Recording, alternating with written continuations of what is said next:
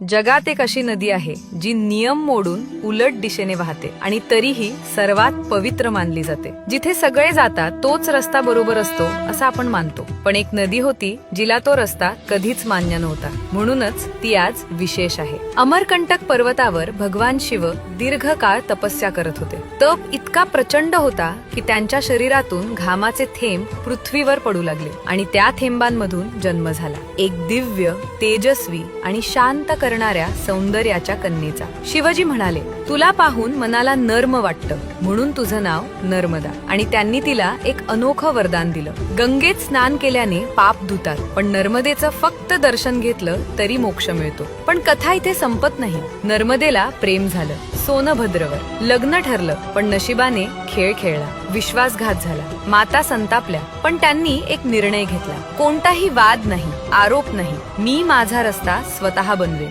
आणि जिथे सगळ्या नद्या पूर्वेकडे वाहतात तिथे नर्मदा पश्चिमेकडे वळली. नर्मदा आपल्याला एक मोठा धडा देते. जीवनात धोके येतील, लोक तुम्हाला मागे खेचतील, पण स्वाभिमान असेल तर तुम्ही स्वतःचा नवा मार्ग तयार करू शकता. आजही लाखो लोक नर्मदेची परिक्रमा करतात, कारण ती फक्त नदी नाही, ती शक्ती, पवित्रता आणि आत्मविश्वासाचं प्रतीक